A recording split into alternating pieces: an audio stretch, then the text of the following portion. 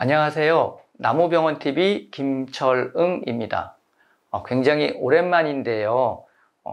사실은 그동안에 제 계정상에 약간의 문제가 생겨서 이거를 좀 해결하다 보니까 시간이 많이 소비가 되었네요. 그래서 어느 정도 해결이 되었기 때문에 이제 다시 여러분들과 조금 자주 만나 뵐 수 있을 것 같습니다.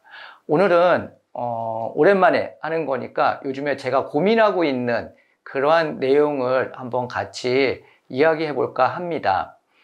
나무의사가 앞으로 어떻게 살아갈 것인가, 또는 나무병원이 어떤 분야에 조금 더 집중을 해야지 될까 하는 그러한 내용인데요. 사실은 제가 제일 처음 이 나무의사 쪽, 나무병원 쪽에 근무를 할 당시에는 병이나 해충 같은 것들을 많이 하시는 분이 최고였습니다.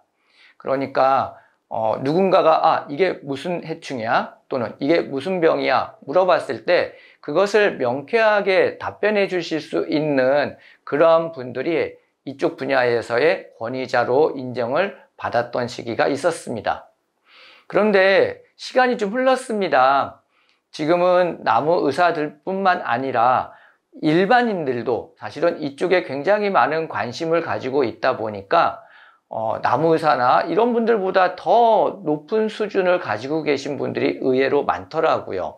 그러니까 곤충 분류라든지 아니면은 병 같은 것들을 분류하시는 분들이 의외로 많이 늘어났기 때문에 이제는 내가 단순히 병을 잘 알아 또는 해충을 잘 알아 하는 것으로는 조금 부족함을 느끼게 되는 것 같습니다.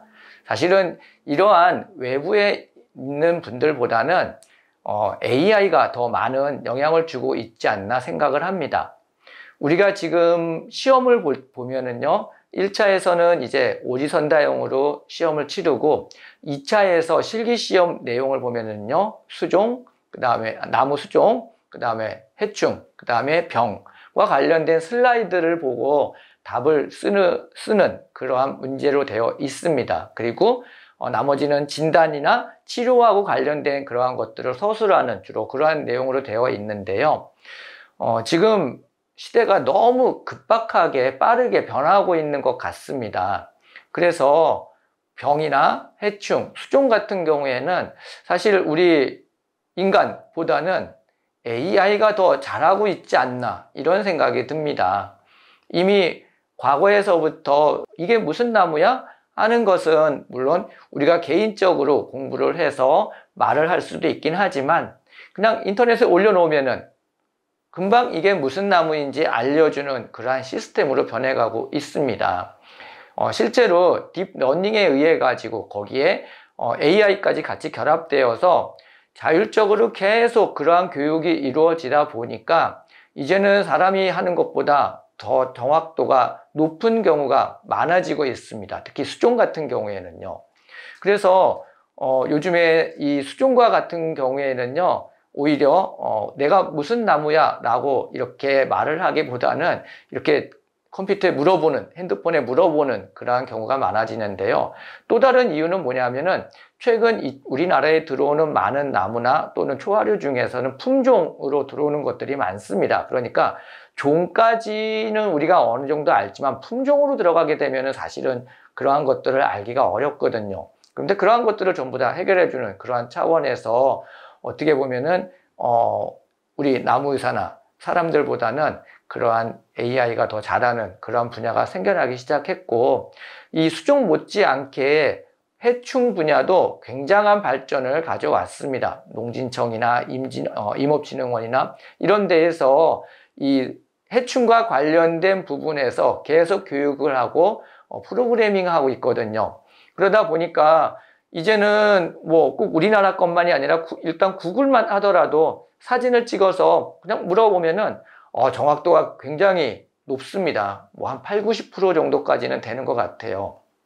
물론 정확성이 일부 좀 떨어지거나 우리가 한 번 더 확인을 해야 될 그런 부분이 있기는 하지만 우리가 잘 몰랐던 그런 해충들에 대해서도 휴대폰으로 사진을 찍어서 물어보면은 그 정확성이 더 높아지고 있는 그러한 추세로 가고 있는 것 같습니다. 그런데 이 병은 조금 예외인 것 같아요. 이 병 같은 경우에는 병징과 표징이 있으면 사실 이 표징으로 모든 것을 이제 확인을 해야 되잖아요. 병징만으로는 알기가 어렵습니다. 근데 이 표징이 사진상에는 나타나지 않기 때문에 사실은 아직까지 이 분야가 조금 더 발전을 해야 될 그러한 분야로 느껴지고 있습니다. 그래서 요즘에 제 고민은 내가 지금 앞으로도 계속 이렇게 병이나 해충, 나무에 대해서 뭔가 알려고 그러고 찾아보고 공부하는 것이 과연 그 효율성이 그만큼 높을까 하는 부분이죠.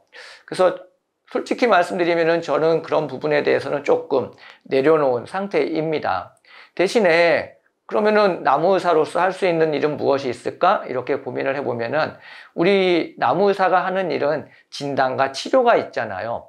우리가 이렇게 병이나 해충이나 수종을 알아보는 거는 진단 쪽에 가깝다면은 치료를 할 수 있는 쪽에 조금 더 치중을 하는 것이 좋지 않을까 생각을 합니다.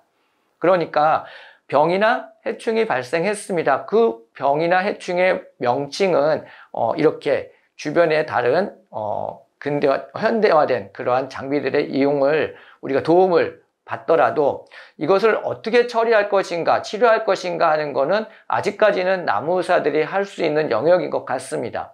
왜냐하면 이러한 것들을 해결하기 위해서는 생활사가 일단은 나와야 되고요. 그 다음에 약재가 같이 나와야 되거든요. 그리고 부수적으로 주변 환경이라든지 이러한 것들을 종합적으로 판단해야 되기 때문에 단순히 병의 이름을 하나 알고 있다 또는 해충의 이름을 하나 알고 있다 하는 것만으로 치료의 효율성을 높이는 것은 약간 제한이 되는 것 같습니다. 그래서 생활사, 예를 들어 가지고 이 생활사도 이제 조금 이따 다음에 말씀드리긴 하겠지만 굉장히 많이 변해가고 있거든요. 기후변화로 인해서 뭐 한 번 나오던 것이 두 번 나오고 두 번 나오던 것이 세 번 나오고 계속 이런 식으로 변화하고 있기 때문에 그러한 생활의 변화, 생활사의 변화도 알아봐야 되고요. 또 거기에 맞는 농약도 우리가 적절하게 조치를 할 수 있어야 되는데요.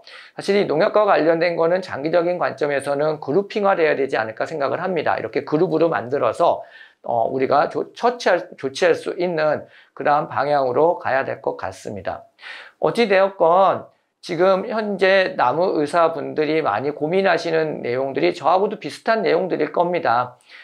일단은 우리가 병과 해충과 관련된 부분에서는 얼마큼 더 많이 노력을 해야 되는가 하는 그러한 부분과 그 내용을 우리가 확인하고 난 다음에 어떠한 방법으로 치료를 할 것인가 하는 것을 우리가 조금 더 노력을 하고 연구를 해야 될 분야라면은 사실은 진단과 관련된 부분은 지금 추세에 따라서 도움을 받을 수 있는 부분은 도움을 받고 그 다음에 이 치료하고 관련된 부분은 우리의 나무의사들의 능력을 좀 발휘해 보는 것이 어떨까 생각을 합니다. 한 가지 조심스러운 거는 이 치료 분야조차도 이러한 기계의 도움을 받게 된다면은 사실은 앞으로 이 나무의사가 더 이상 할 일이 없는 거죠. 때문에 어떻게든지 간에 이 기계가 하지 못하는 AI에서 아직 따라오지 못하는 그러한 분야를 우리 나무의사들이 찾아서 그러한 쪽에 조금 역량을 강화시키는 것이 좋지 않을까 생각을 합니다. 오늘 새로 시작하는 그러한 장에서 우리 나무의사들이 병해충과 관련된 부분에서는 어떤 부분을 조금 더 효율적으로 처리할 수 있도록 노력하는 것이 좋을까 하는 것들에 대한 논의를 간단하게 한번 이야기해 보았습니다. 물론 제가 말씀드리는 것과는 다르게 다른 의견들을 가지고 계신 분들도 있을 겁니다. 하지만 우리가 한 가지 간과할 수 없는 거는 앞으로 이 기계, 그러니까는 AI라든지 컴퓨터라든지 이러한 것들과 관련된 부분은 기하급수적으로 성장을 할 것이고 그러한 것들을 우리가 이용을 하면서 우리 나무의사가 할 수 있는 그러한 분야를 찾는데 조금 더 노력을 해야 되지 않을까 그런 생각을 해봅니다. 혹시 뭐 좋은 의견이나 뭐 다른 의견들이 있으시면은 댓글에 얼마든지 많이 달아주시면은 참고해서 다음에 우리가 또 좋은 이야기를 나눌 수 있는 기회에 한번 논의를 해보도록 하겠습니다. 오늘 짧은 이야기이긴 하지만 앞으로 나무의사분들이 많이 생각을 해보셔야 될 그러한 내용이라고 생각을 하고요. 오늘 내용 이만 마치도록 하겠습니다. 감사합니다.